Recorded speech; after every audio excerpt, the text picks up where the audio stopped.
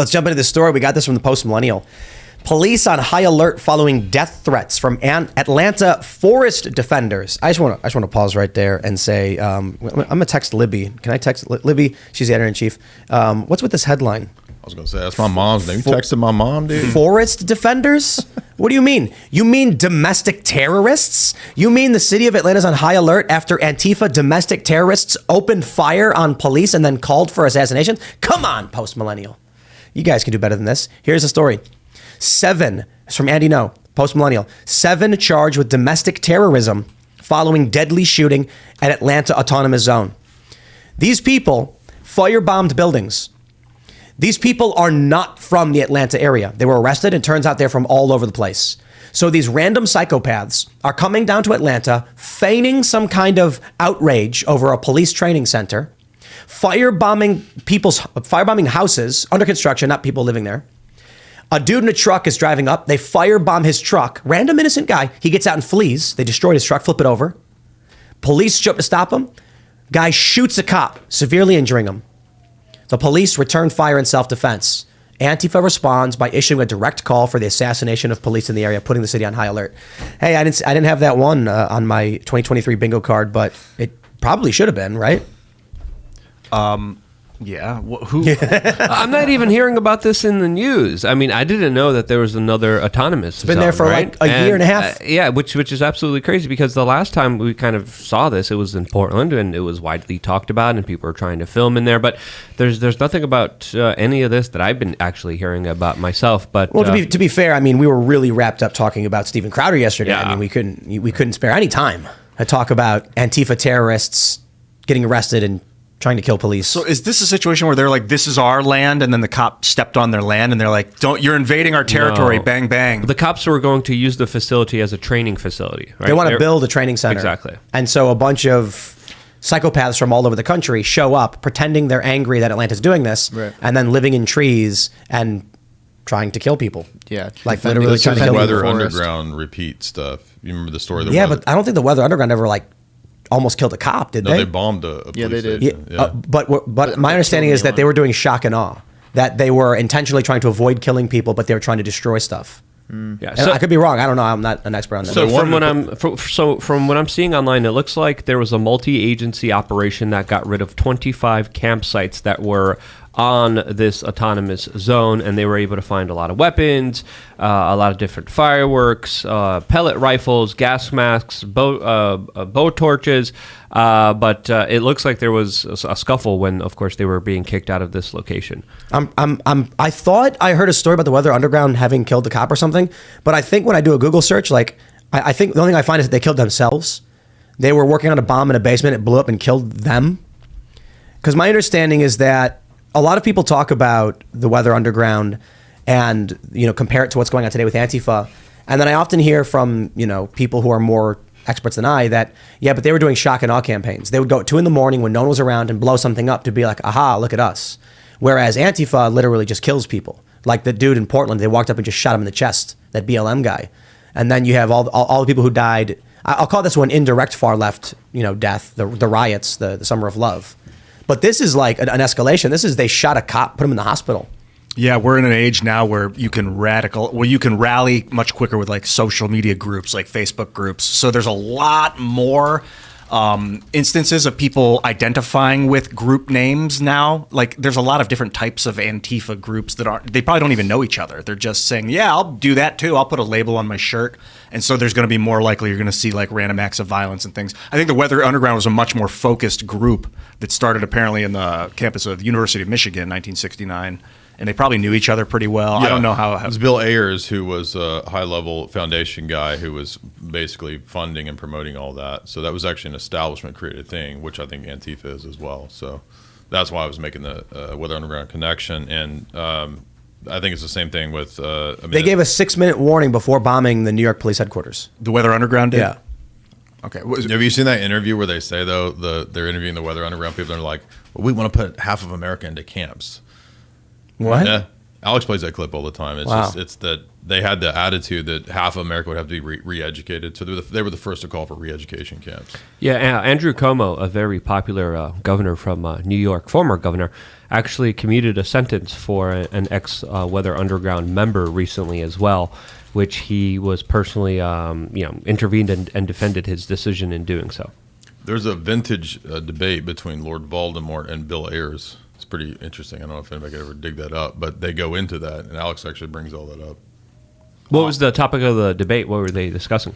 Well, Ayers was trying to argue that he was actually working for real liberalism and real liberal causes, and I think he was making points that Tim was trying to make, that they weren't really wanting to supposedly hurt people, but that it was a real liberal movement.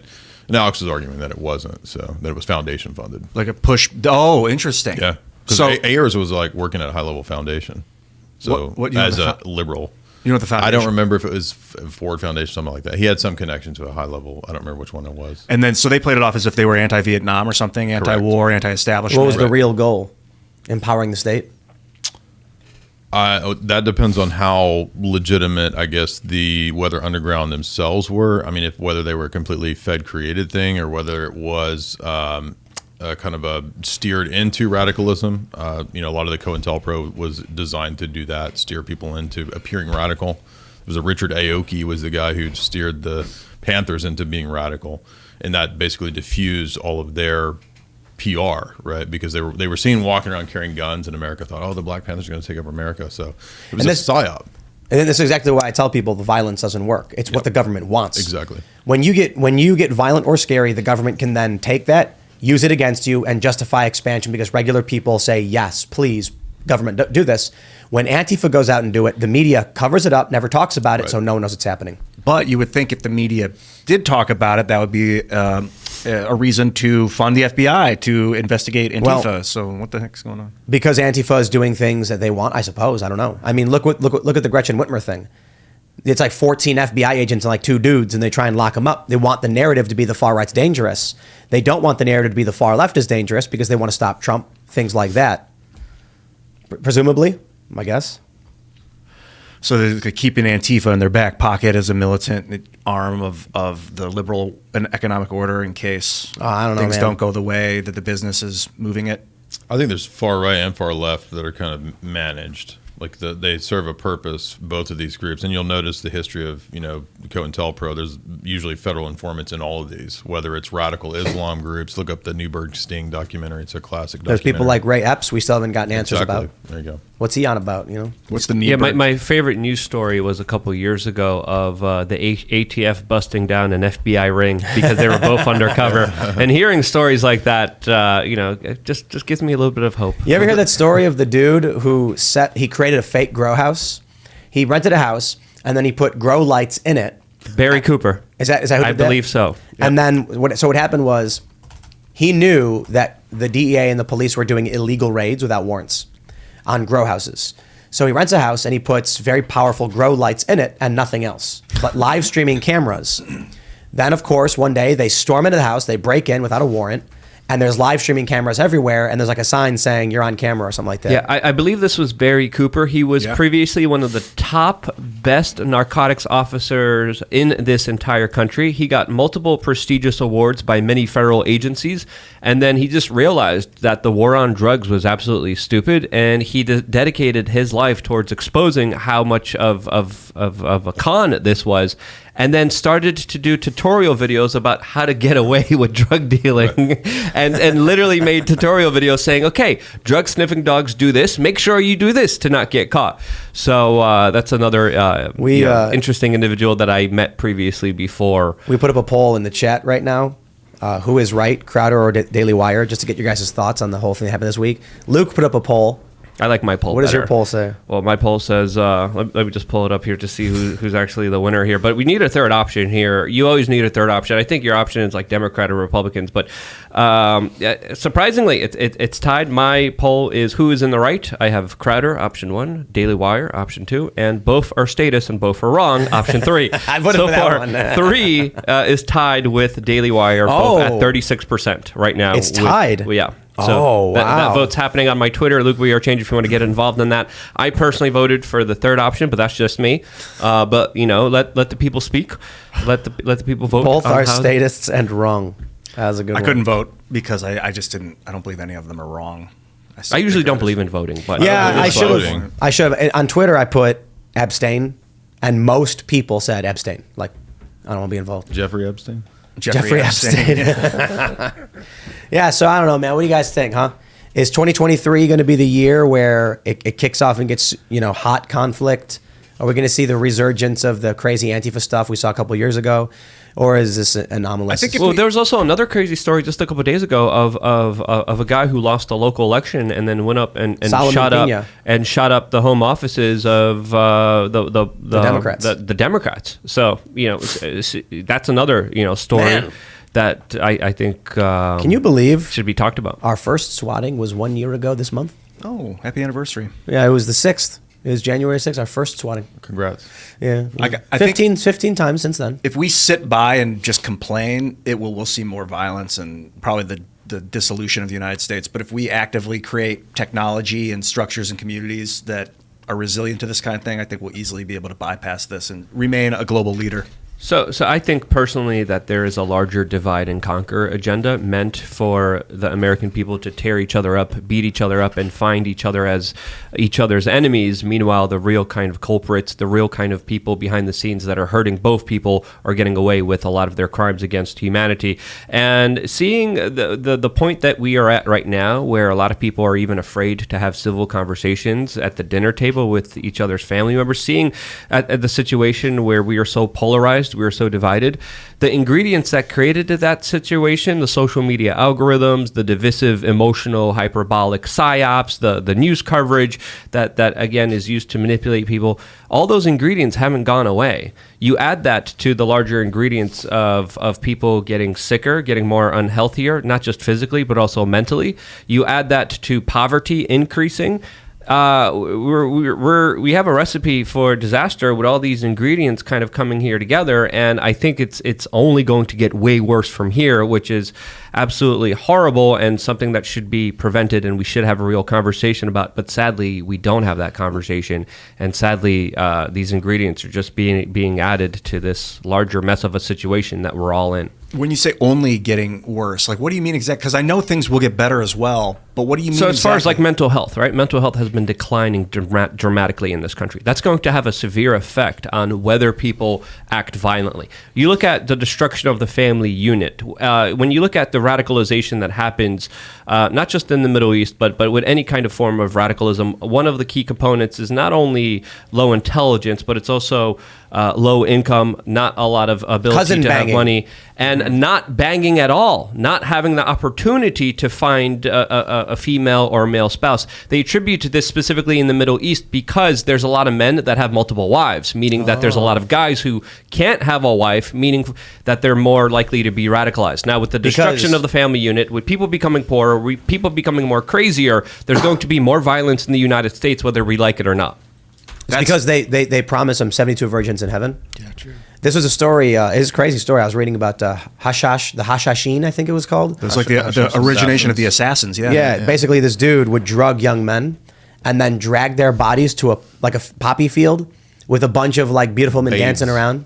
And then they'd wake up and he'd be like, this is paradise. Look at all these women. They're all yours. And they'd be like, oh, what is this like? Oh, but you can only get it if you serve and do what you're told. And he's like, oh, and then they drug him again, drag them back to where they were before. And then they wake up and like, what was that vision? And he's like, if you do everything I say, you will go back there. And so the assassins, people don't understand. It's like we have this vision of assassins as, ninjas wearing all black, crawling in through the ceiling, taking out the emperor, and then like throwing a rope and scurrying away. And that's not at all. The assassins, the true assassins, would dress like a priest or a farmer, walk in, stab the crap out of the leader, and then be killed on the spot by the leader's supporters. They were like, now I can go to paradise or whatever. So suicide bombers of the day, basically. Yep. Yeah. And with people being poor, not getting laid, and then having more mental health problems. And a lot of sand. That is, Yeah, the heat, you no get that joke. sand the in heat, places where you makes don't you want. nuts. You know? That's why the That's the- fasting, right. I think, from Ramadan is so important because it would keep the hot heat. You can't discount the hot heat of the Middle East. That's Hot a big heat. part. Yeah, the hot heat. It's a good band, by the way. Great band. Yeah, Hot Heat. Hot Heat. Yeah. This is Bandages. basically what led to Nazi Germany. It was the extreme degradation of poverty. It wasn't the sand, surprisingly. It wasn't the heat. But it was like environments where people didn't have enough money. They Yeah, were desperate. World War I created that situation where, of course, they were made to sign a treaty that essentially robbed them of a lot of their wealth. And you make a great point. There's some study or something. I remember hearing about this during the Arab Spring. 3 components that led to the revolutions, and it was like the high cost of food, the inability to work, and like a lack of shelter or something like this. Like I can't remember what the exact components were, but when you have high levels of homelessness, unemployment, and inflation, for obvious reasons, everything falls apart. I mean, Yeah, or people become like vulnerable to a strong personality coming along and saying, "I can help you. That's the problem. Whether it's a person or a thing, we will destroy that thing, and then you'll be okay." And people are like, "I'm so desperate. Anything is better than starvation." my question for Jay is: everything we're seeing manufactured? Not in a, I mean, in a sense. I think You have all these books in front of you Right. talking about the global elites and all that. We Right. hear from them all the time about how they want less people, they lower population growth, they want more control. And then I look at all this stuff like, why doesn't the media cover Antifa? Why do they run cover for Antifa? And it's almost like they're serving some kind of purpose. Yeah, well, I mean, the mass media is a creation of the same people that set up the Davos, that set up Bilderberg, that set up all the things that we know of as the control structure right now. So the United Nations is a creation of this same group. And so if you look at the history of the networks, CBS, NBC, those were all run by people who came out of wartime OSS intelligence, and they just took all of that information that they'd learned from wartime and applied it to mass media. So mass media has basically been that for this entire time. I was just watching some old Walter Cronkite award reception ceremonies, and he was getting awards for global governance back in the 80s. And he was like a hardcore global promoter, and he was a big promoter of depopulation as well. And so that's definitely one of the themes. I did a talk, the 10 Commandments of the Global Elite, and that's one of those key commandments is you have to maintain population down at least under 1 billion. That's the near term goal. So Yeah. And the OSS was a predecessor to the CIA. A lot of people need to realize that as well. What are the other tenets? You said there were 10 tenets of globalism? Yeah, I just basically went through a lot of these texts and just kind of ferreted out what were the commonalities and just kind of came up with my own 10. But I mean, it's a world economic system based around some form of universal basic income. It's a world religion. I mean, they all write about that. What's wokeism? The first thing you mentioned, the central bank digital currency, then the woke Exactly. religion. And also the turning of the actual existing establishment religions into something that is a form of wokeism, like the Vatican, this kind of stuff, in my view. The Vatican's pushing World Economic Forum principles and inclusive capitalism, which is, Klaus has another book, Inclusive Capitalism. So it's about penetrating the cabinets. That's not one of the 10 Commandments. I was just being Penetration. Penetration It's a key component. The creation of a single government, the creation of a technocratic central order. I mean, the Kissinger of France, Jacques Attali, I brought his book. His whole book is about transhumanism, basically being the tip of the spear for the New World Order. He calls it that. Like he says, the whole chapter on this is like the tip of the spear is transhumanism. So that's another one of these tenets. So, How would transhumanism function as a tip of the spear? I mean, the first way I think of it is that they can read your thoughts with a neural net and then they can control your behavior through that. The other idea would be that they make people so depressed that they become vulnerable to manipulation. Let me give a quick shout out to Stargate SG-1 on an episode that I've talked about before. For those unfamiliar, the show's amazing, by the way. It's a team travels through a Stargate portal to various coordinates to explore other colonies, essentially, like other planets, and it's complicated. But basically, they go to one place where they send out a drone, little robot, and everything's destroyed. But then all of a sudden it flashes and everything's fine. There's a barrier over this small town where everything outside of it is polluted, and this force field is keeping everybody safe. They go inside, they meet people. Eventually, they're like, hey, where's that guy we met? And they go, what guy? And they're like, the guy John, we met John. And they were like, there's no one here by that name. And they're like, what? Randomly, one person just leaves the city and walks out to their death. What was happening was everyone had a neural implant. The central computer was controlling their memories. And when the force field was shrinking as it ran out of power, it would excise people by altering their brains to make them walk to their death and then make everyone forget they existed. That could be happening right now and you wouldn't know it. Memory holing, yeah. We could there's another seat right here, guys. Look at this. There's a chair. It's empty.